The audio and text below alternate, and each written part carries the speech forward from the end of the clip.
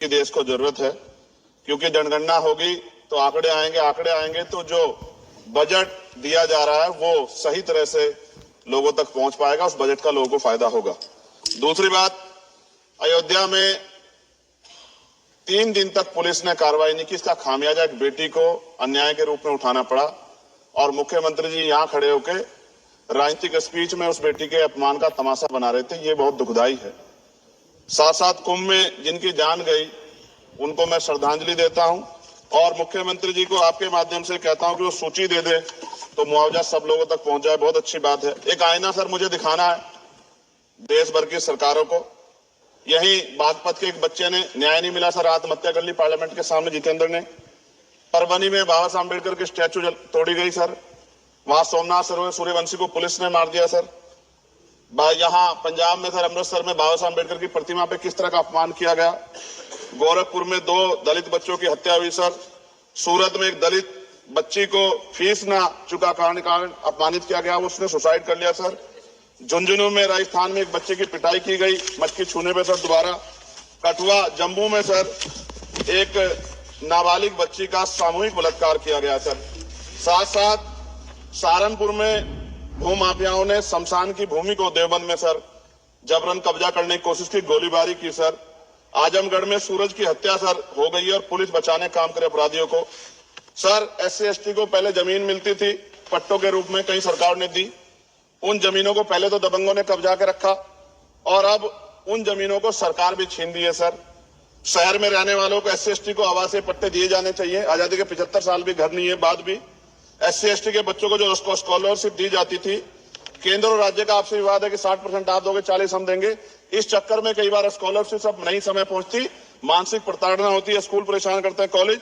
इसलिए मेरी राय है सर कि 0 बैलेंस में उन बच्चों का एडमिशन कराया जाए। जब सरकार कुछ करना चाहती तो बच्चों को फायदा हो जाए। और देश भर में सर बहुत सारे छात्रावास बने हैं, लेकिन उन छात्रावास की स्थिति ऐसी है जर्जर जैसे हमारे स्कूलों की है। इन छात्रावास का जीर्णोद्धार कराया जाए, उनकी रख रखाव का ख्याल रखा जाए, क्योंकि यहाँ देश का भविष्य तैयार हो रहा है। और ऐसी हालात सर स्कूलों की है। स्कूलों के हालात आप देश भर में, मैं उत्तर प्रदेश से आता हूँ, जाके देखोगे नगीना क्षेत्र में सर अगर स्कूल गिर जाएगा किस दिन बहुत बड़ा हादसा हो जाएगा, कोई पूछने वाला नहीं है सर। बात OBC समुदाय की जाए सर, OBC समुदाय को वक्त आ गया है कि विधानसभा लोकसभा में आरक्षण जो है सर मिलना चाहिए, जो उनकी पर्याप्त संख्या यहाँ लोकसभा में और सभी स्टेटों की विधानसभा में आ पाए, जो सामाजिक समानता की दिशा में जरूरी कदम है। OBC को भी SC/ST की तरह सर प्रमोशन रिजर्वेशन मिले।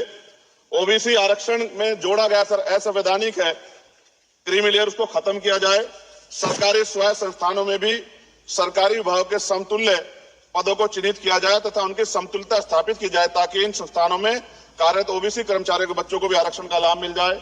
सर पत्रकार सुरक्षित नहीं है। पत्रकार मुकेश चंद्राकर की सर भ्रष्टाचार के खिलाफ आवाज उठाने पर हत्या की गई सर। कौन पत्रकार ईमानदार से पत्रकारिता करेगा।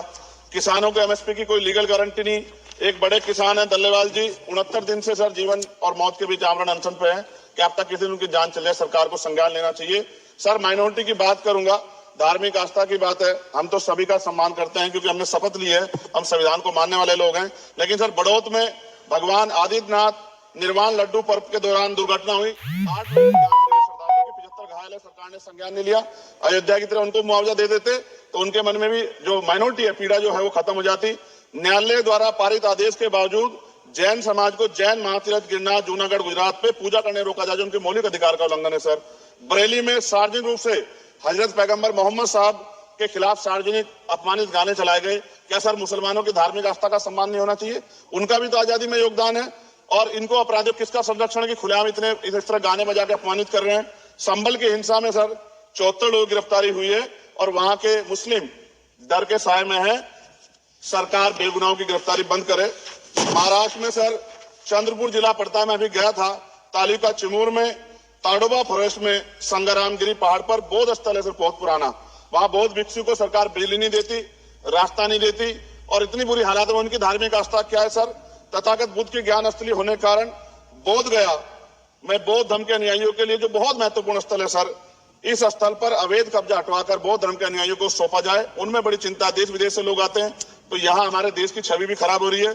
और अभी 12 फरवरी को सदगुरु रविदास जी महाराज की जयंती है और 14 अप्रैल को बाबा साहब अम्बेडकर की, 11 अप्रैल को राष्ट्रपिता ज्योतिबा फुले, इनको मानने वाले लोग नए कार्यक्रम करना चाहते हैं। अभी जिस विचार की सरकार है सर, वो तो कोई कार्यक्रम कर लें, लेकिन अगर ये कार्यक्रम करना चाहते हैं तो इनको कोई छूट नहीं है और नई परमिशन नहीं मिल रही। खत्म करूंगा सर, अंत में थोड़ा सा और गया सर, इसको खत्म करूंगा। लेकिन सर मैं जानना चाहता हूं, क्या सरकारी पैसे पे एक ही धर्म का अधिकार है? दूसरे धर्म के धार्मिक आयोजनों पे अभी कुंभ में 7,500 करोड़ रुपए खर्च किया आपने।